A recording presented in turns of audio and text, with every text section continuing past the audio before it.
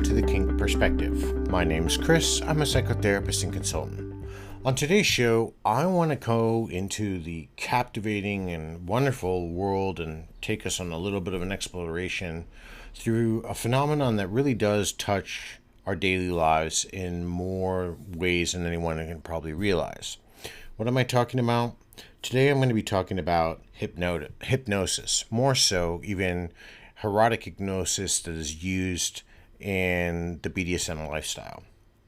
Now, hypnosis is an altered state of consciousness. It's not unfamiliar territory here, rather it's a natural experience we all encounter from time to time.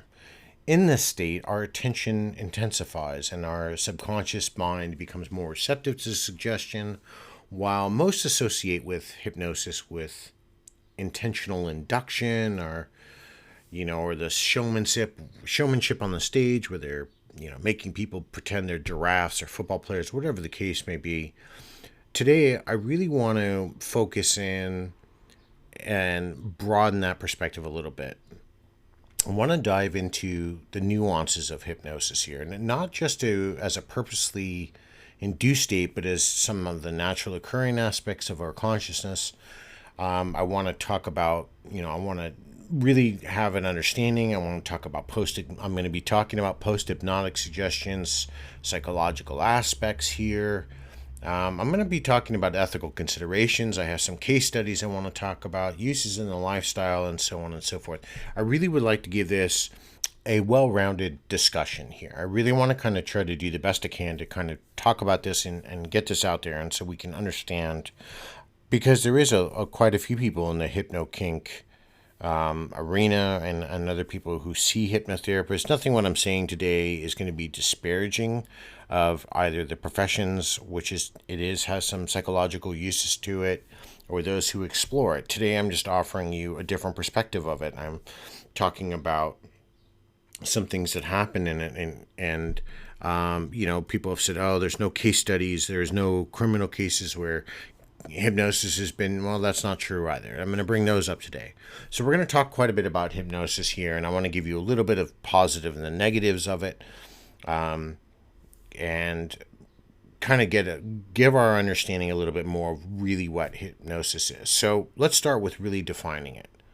So hypnosis is this altered state of consciousness, and it really emerges as this captivating phenomenon, if you will. It's a mental state where it's characterized by heightened attention or concentration, a profound suggestibility, especially towards our subconscious. Now, contrary to popular belief here, it's not like a sleep state where you're kind of completely awake or half awake, but it's more like an immersive experience, kind of focused attention and vivid mental imagery, kind of maybe even equate it to a VR set, if you would. Individuals in a hypnotic state, though, may appear to be sleepy, yet they are, in fact, in a state of heightened awareness and fully conscious.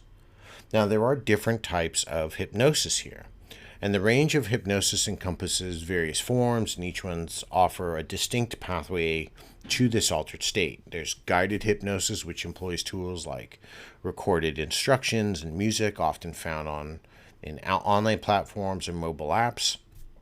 There is hypnotherapy, which is practiced by licensed professionals and integrates hypnosis into psychotherapy, for example, treating conditions like depression and anxiety and PTSD. And then there is self-hypnosis, which is a self-inducted process, and this serves as a valuable self-help tool here, particularly for those who look for pain control or even something like stress management. Now, are there a lot of uses and potential benefits? Absolutely. So beyond this diverse forms that it offers, hypnosis reveals a spectrum of therapeutic benefits. Scientifically supported effects of hypnosis have been documented for a very long time. Now, the efficacy of hypnosis in alleviating symptoms such as IBS, managing pain, in dental procedures, even reducing skin conditions like warts or psoriasis, hypnosis extends its reach into the realm of mental health, and by aiding in the treatment of things like ADHD, chronic pain conditions such as like rheumatoid arthritis, reducing symptoms of symptomology of childbirth. Remarkably here, what I really have found, it's been explored as a potential aid in mitigating symptoms of dementia, for example, and alleviating nausea and vomiting in cancer patients undergoing chemotherapy. Now, as a versatile tool, hypnosis doesn't solely focus on medical application, but extends to facilitating behavioral changes. It's been proven effective in supporting individuals aiming to quit smoking, for example, lose weight, address issues like bedwetting. Therapists who skillfully induce hypnosis using mental imagery and soothing verbal repetition, tapping into the power of suggestion. Now, this focused concentration, diminished peripheral awareness, for example, and heightened suggestibility create an environment where individuals can not only relax and manage their pain, but they can potentially embark on a transformative journey of behavioral change within the realms of therapy and personal development. Now, one major caveat to this is you actually have to want to be hypnotized. You can't just rock up and go, okay, hypnotize me. If you're not a little bit more suggestible to, or you're not open to suggestion, hypnosis may not work for you. Now, I'm not going to give you all the demographics for that or the statistics on that, but pretty much everything that I've read from probably 30 different licensed professionals, therapists who do hypnosis, even those who do it for fun, if you are not susceptible to hypnosis, it's not going to work. And that seems to be a big consensus. One thing that came up in a lot of the topics that I had seen on social media, like Facebook groups, Facebook BDSM groups, because obviously this is going to be more centered around the lifestyle, or places, other social media places like FetLife or fetish.com,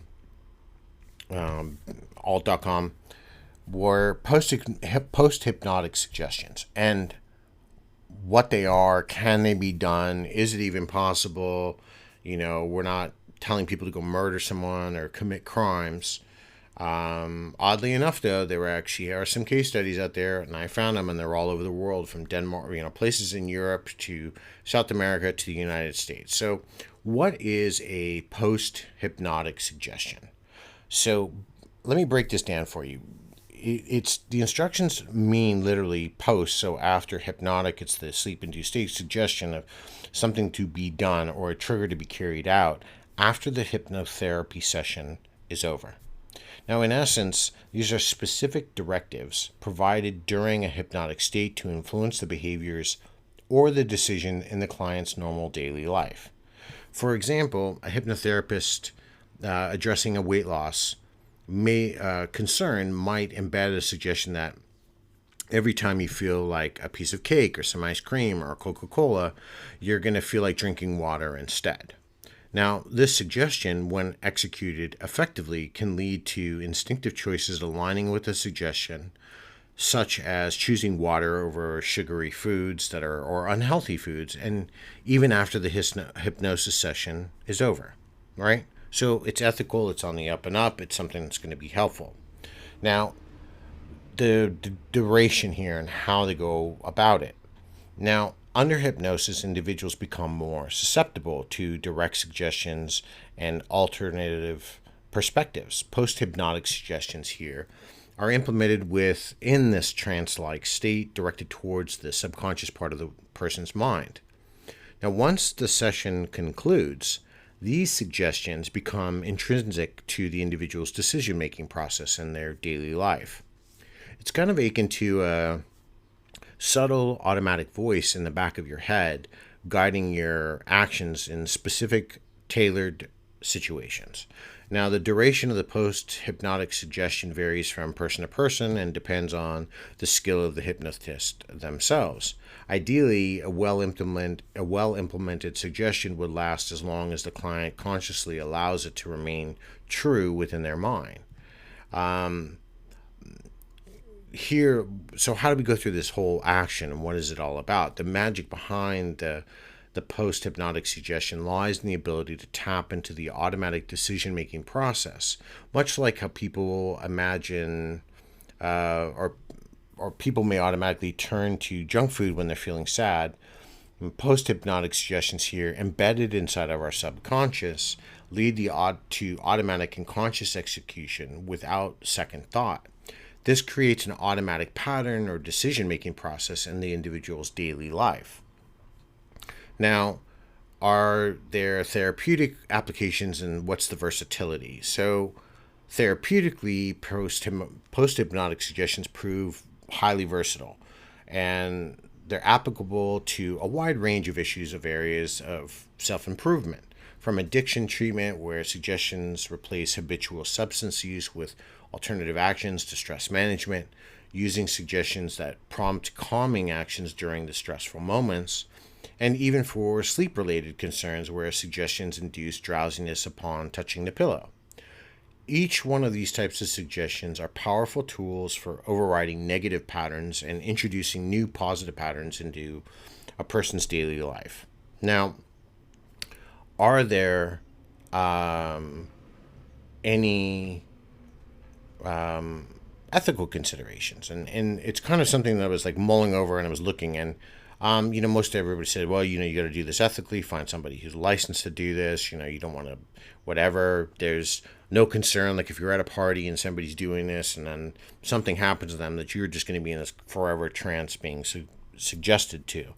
That apparently doesn't work either. You kind of just wake up out of your trance and then you continue on with your life.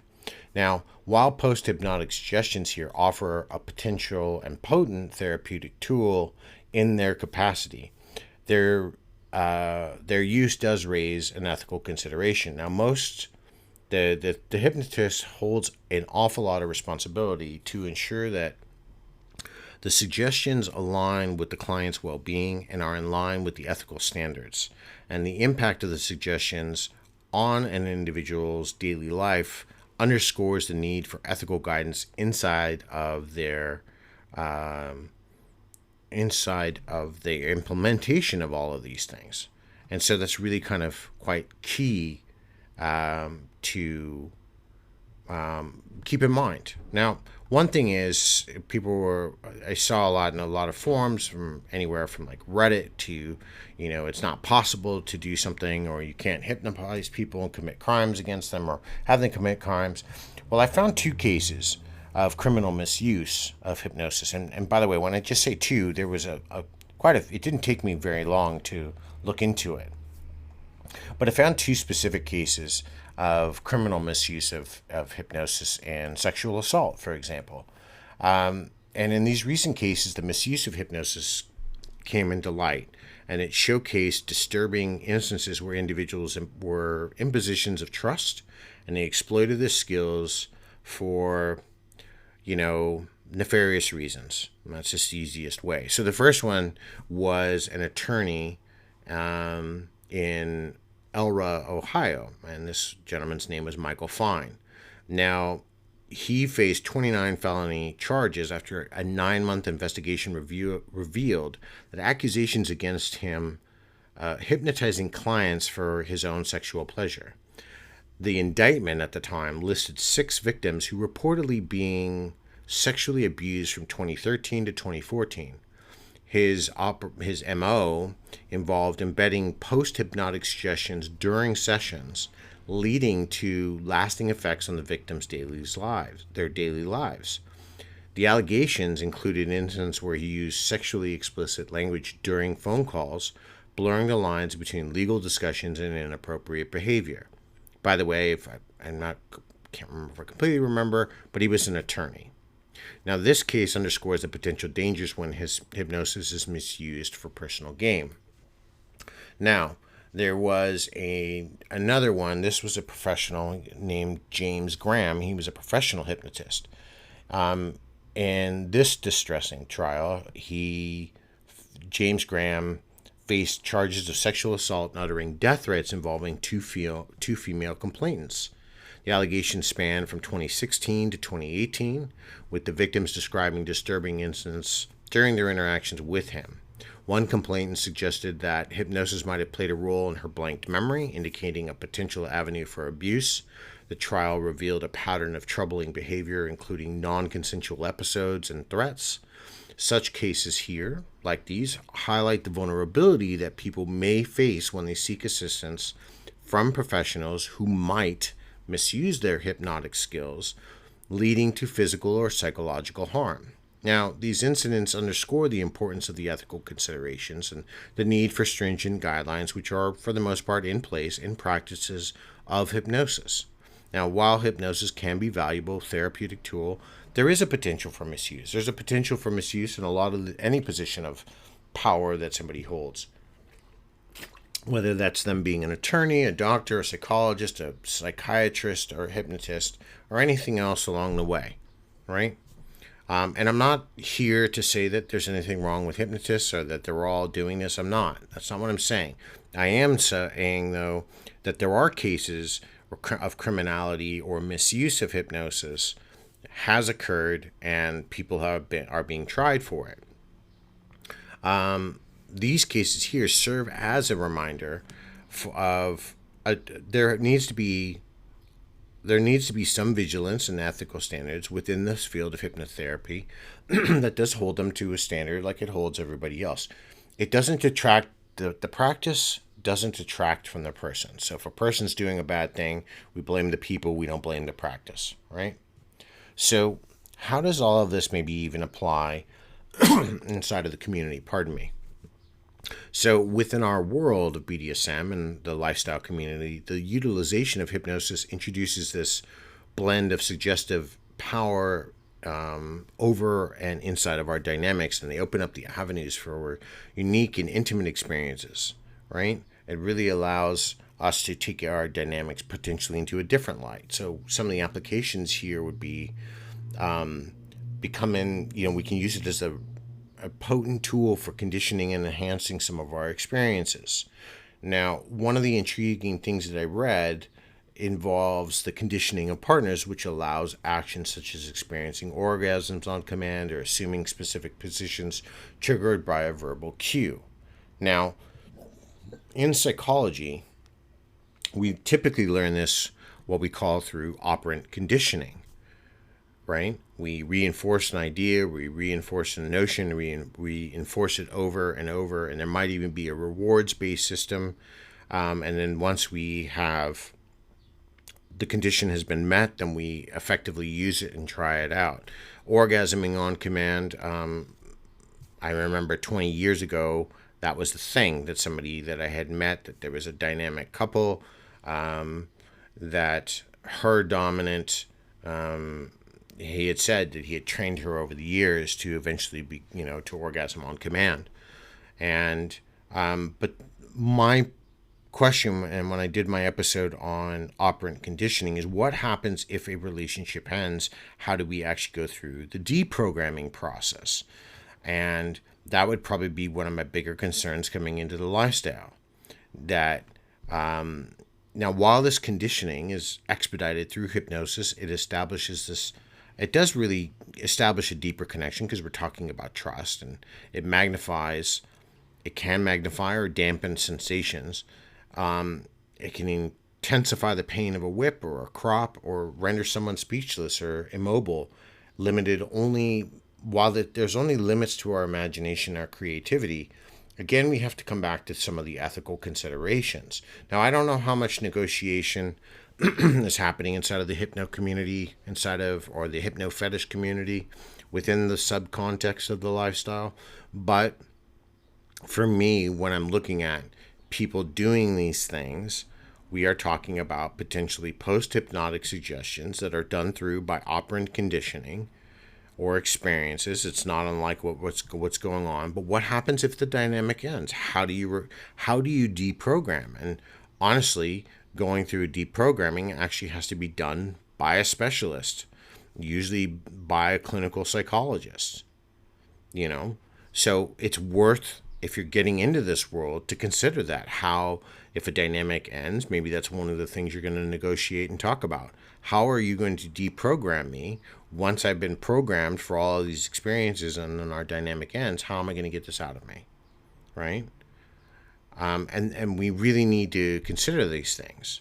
Now, there is a firsthand experience that I read about, and I want to kind of share it.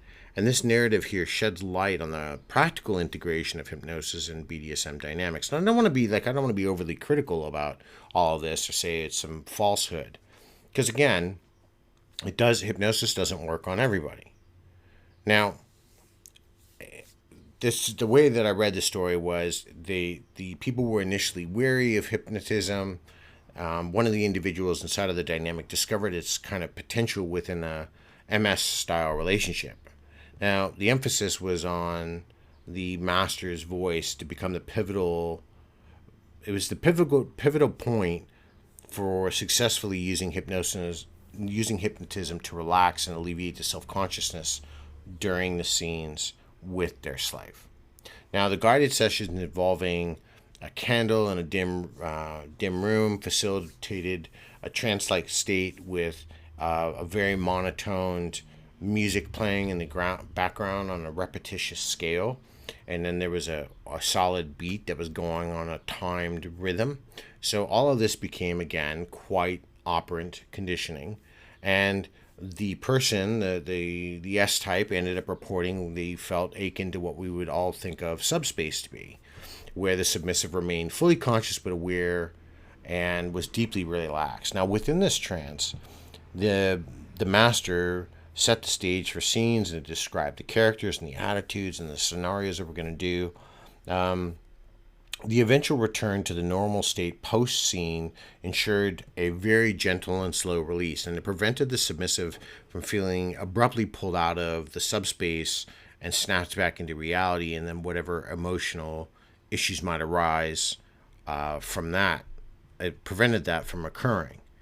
So here, the use for hypnosis ranged from role-playing and fantasy to maybe the release of some inhibitions and even fostered some relaxation. Now, the one thing is that when I read about this story, was that they had discussed everything pre-scene. It was all pre-negotiated, and they video recorded their negotiation. They video recorded their scene, and then they video recorded them post-scene. That way, it became transparency. So nobody was worried about anything that didn't happen. If they went back, they could see what they agreed to is what happened, and how they came out of it was what also was agreed to and what happened, right? Now, in some instances, power dynamics shift for certain people, and I read one story where an S-type wanted to experiment with hypnotizing their dominant. The reciprocal exploration demonstrated the versatility of hypnosis, but they struggled because the dominant kind of resisted and wasn't really kind of feeling about giving up that part of themselves. But what this does show, and it illuminates, is that there are some possibilities here for deepening connections.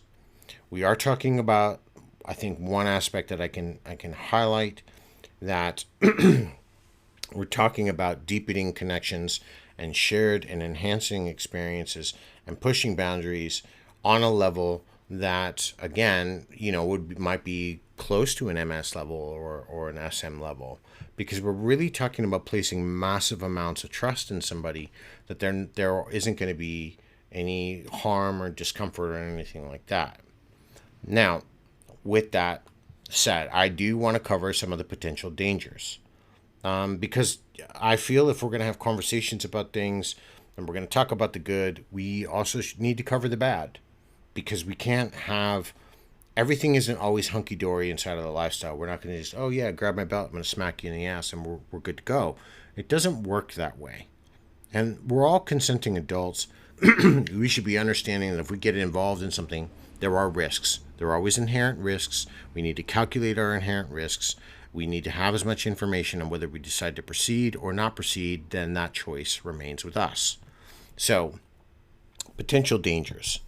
Now, while hypnosis, and under the guise of, or guidance of somebody who's trained, it's generally considered safe and complementary to quite a different treatment modalities, it is important that we are aware of some of these risks, even if they are sometimes rare, right? And everything I did read did say, and I'm gonna stress that part, that some of these things were very rare, but not all of them are rare. So let's start with the most rarest ones. Number one was discomfort is distress. Now, in some cases, individuals undergoing hypnosis may experience some sort of discomfort or distress, and this could have stemmed or can stem from the content of the suggestions being provided during the session or the unique sensation of being in a trance-like state. It does emphasize the importance of tailoring the suggestions to ensure the comfort level and well-being of the person that's being hypnotized. The next one is loss of control. Concerns about the potential loss of control during hypnosis are not uncommon. However, it's very important to dispel the misconception that individuals enter an unconscious or a sleep-like state. They remain conscious, able to think, and make decisions for themselves. This clarification is essential to addressing the fears and building trust within the therapeutic process. Dependence, this was another one. There does exist a theoretical risk of developing dependence on hypnosis as a coping mechanism for stress. Now, this was reported. It had a lower, it was on the, as I'm working myself down, was lower on the risk scale, but they said in a couple of the psychological journals I read, it was about 3 to 5%. Yes, it sounds quite high, but the case studies were done over about 10 years. But they were dependent on the coping mechanism for their stress management and emotional challenges.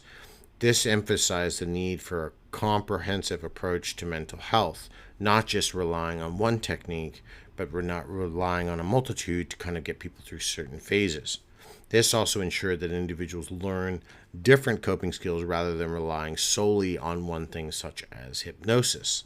And this is where people like myself come in, because therapists play really an important role in balance and resiliency of the mindset for somebody. Again, I'm not disparaging hypnosis. I want to make sure that we understand all the risks. There's a lot of risks in everything we do. So there was one that had, it was kind of on the lower end of potential, again, lower end of potential dangers, but then on some other ones, depending on where you were reading, there was higher ends of, if somebody wasn't being on the up and up of what could happen. And what am I talking about? I'm discussing false memories. Now, a noteworthy concern here is the potential creation of a false memories through hypnosis. Now, this did happen a lot during the 90s from what I was reading, with hypnotherapists suggesting that people were being molested or sexually assaulted while they were children by family members or teachers or whatever the case may be. And the risk here was particularly pertinent when if a therapist was introducing specific events or experiences during the session that didn't occur. And the careful use of a suggestion and a clear understanding of the individual's personal history here are essential to mitigate that risk. So we should, apparently you shouldn't be injecting things that never happened or discussing things that never happened so they can create a sense that it actually did. All right. Now, it's paramount to underscore here the importance of responsible and ethical practices inside of the hypnotherapy community, and I'm sure there are. Trained and qualified professionals, whether they're medical or mental health, they do play a role in ensuring that hypnosis is administered safely and effectively. Now, regular communication between individuals and their therapist of whatever kind or medical professional helps address any concerns and ensures a tailored and secure approach to hypnotherapy. But Chris, we're not really talking about BDSM and the lifestyle. Well, if we are getting involved in some of these plays, you might want to make sure that the person you're doing with isn't just some sort of enthusiast, that they might have had some training, that they might have gone and got a certification for hypnosis.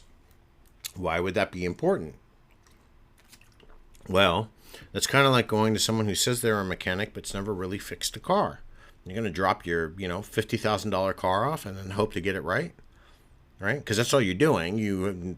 They can't fix it because they're not a mechanic. So you don't want to go to someone who says that they can hypnotize you because you don't know what they could do to you, right? I don't know how difficult it is because it's not a practice I follow, but I imagine you could spend probably a week or two reading some literature and watching some YouTubes and picking up some things, and maybe by trial and error you can start doing things.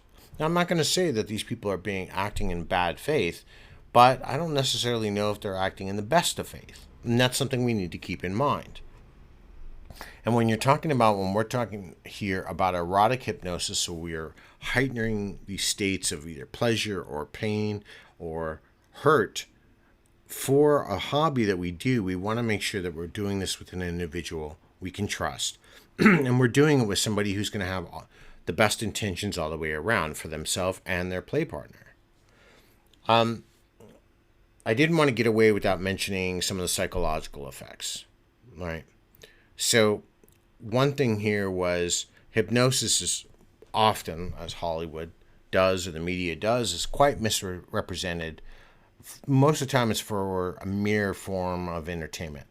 However, it holds a really significant role and does promote psychological well-being when done correctly. Now, clinical hypnotherapy performed by licensed and trained individuals individuals really can experience positive changes in sensations and perceptions. They can change negative thoughts. They can change behaviors. The therapeutic applications for hypnosis do aim these suggestions at inducing these relaxation, these calmness, and their overall well-being. One area of hypnosis that showcases massive benefits is in the realm of sleep disorders, for example. For those who struggle with insomnia or sleepwalking, they've used hypnosis and as a really valuable tool to help facilitate relaxation, and it makes it easier for people to fall asleep and improve their quality of sleep and their quality of life. Sleepwalkers benefit from hypnosis, which can be utilized to train them to wake up when they feel the urge to sleepwalk, and it prevents potential harm during nocturnal activities, for example. It's proven effective in addressing anxiety-related issues. It's had positive impacts on certain psychological conditions. People with phobias, fears, depression, stress, even PTSD and grief, right? Now, there is a part, though, it doesn't really work very well on people who have psychosis or possibly bipolar or even schizophrenic, right? There are some things, and then again, if you don't want to be hypnotized, it's not going to work for you. We have to keep all of these things in mind when we are looking at something like this and doing something like this within side of the lifestyle. We have to have a little bit of responsibility because we are taking the possibility, can somebody leave a post-hypnotic suggestion? What type of suggestions am I going to agree to? All of these things need to come into play. If somebody now tells you there's never ever been a crime, well, I've given you 2 examples, and there are plenty out there. You can just Google hypno crimes, or, I don't want to go into worst case scenarios because I don't believe everybody has terrible intentions, but they do exist. Yes, there are benefits here. We have to understand that altered states of consciousness do present some diverse applications to the BDSM community. Because if we're talking about going into realms of erotic desire, well, this could take us to another level of it. I don't know if I do know it's not going to work for everybody. So don't be discouraged if you've tried it and it doesn't work for you. We have seen a lot of times, there's been a lot of movies lately where, hypnosis is often misunderstood or it's sensationalized, and, it's this big magical tool that's can be used for personal growth or intimate experiences, but if it doesn't work, it's not going to matter. I I don't know those in the hypno community. I don't know anybody actually. So I hope, if you hear this and you follow me, you're not going to be upset because I'm not really poking digs. I'm giving a little bit of the good and the bad here. I'm kind of dispelling some myths on both sides. I think it's important thing that we talk about this because I see more and more people, and I see it's very big on some social media places. There are big communities that are devoted to hypnosis, and I think people should understand what they're getting involved in.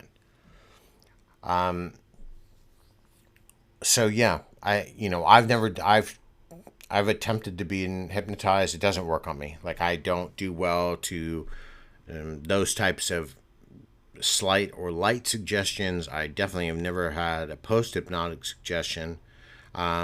Yes, the military, the CIA have all tried to use them in the 50s and 60s. For many of you that are out there, we've all heard about Project MK Ultra. It was a mind control. They used LSD in hypnosis, but they just couldn't. It doesn't work. I don't know if anybody's perfected to the point that we've got sleeper people around the world ready to be, hear a couple of bell chimes and they're going to go off and do something terrible. I don't believe so. And everything I've read about this literature from the professionals doesn't seem like, that's even a thing. And most of them have the intentions to just like myself, want to help our clients. We're not looking to get something out of it for ourselves. But maybe, if you're seeing your attorney and he starts discussing erotic hypnotism with you, you might want to opt out of that conversation. That might be crossing definitely about 30 ethical lines right there, or if your hypnotherapist is starting to suggest things that weren't agreed to, you may want to not keep going or moving forward with that person. Your therapist shouldn't have a problem with you wanting to record your session, right? That's how that works. And you can ask them what are their policies on that, and written consent and all of these things. You can find out for your own comfortability. I want to leave you all with kind of a question here, because this is a new subject for me. I'm not overly proficient, and this has more been about reading and research.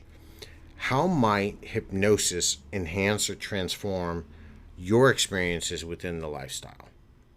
Have you done it and it's made it better? Have you done it, it's made it worse? I want to hear about it. I'm really curious. I want to hear from people within the community how it's kind of made their journey inside of the world of kink potentially better.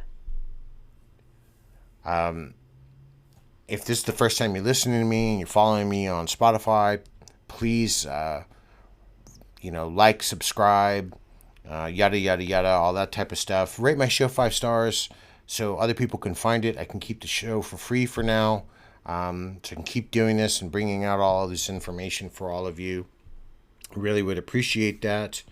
I'm going to let you all in on something. So today is kind of a extra episode or so.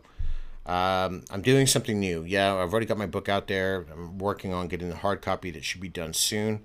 But I'm not going to give you all the details, but I have a new podcast coming in conjunction with this podcast. I'm not stopping this one.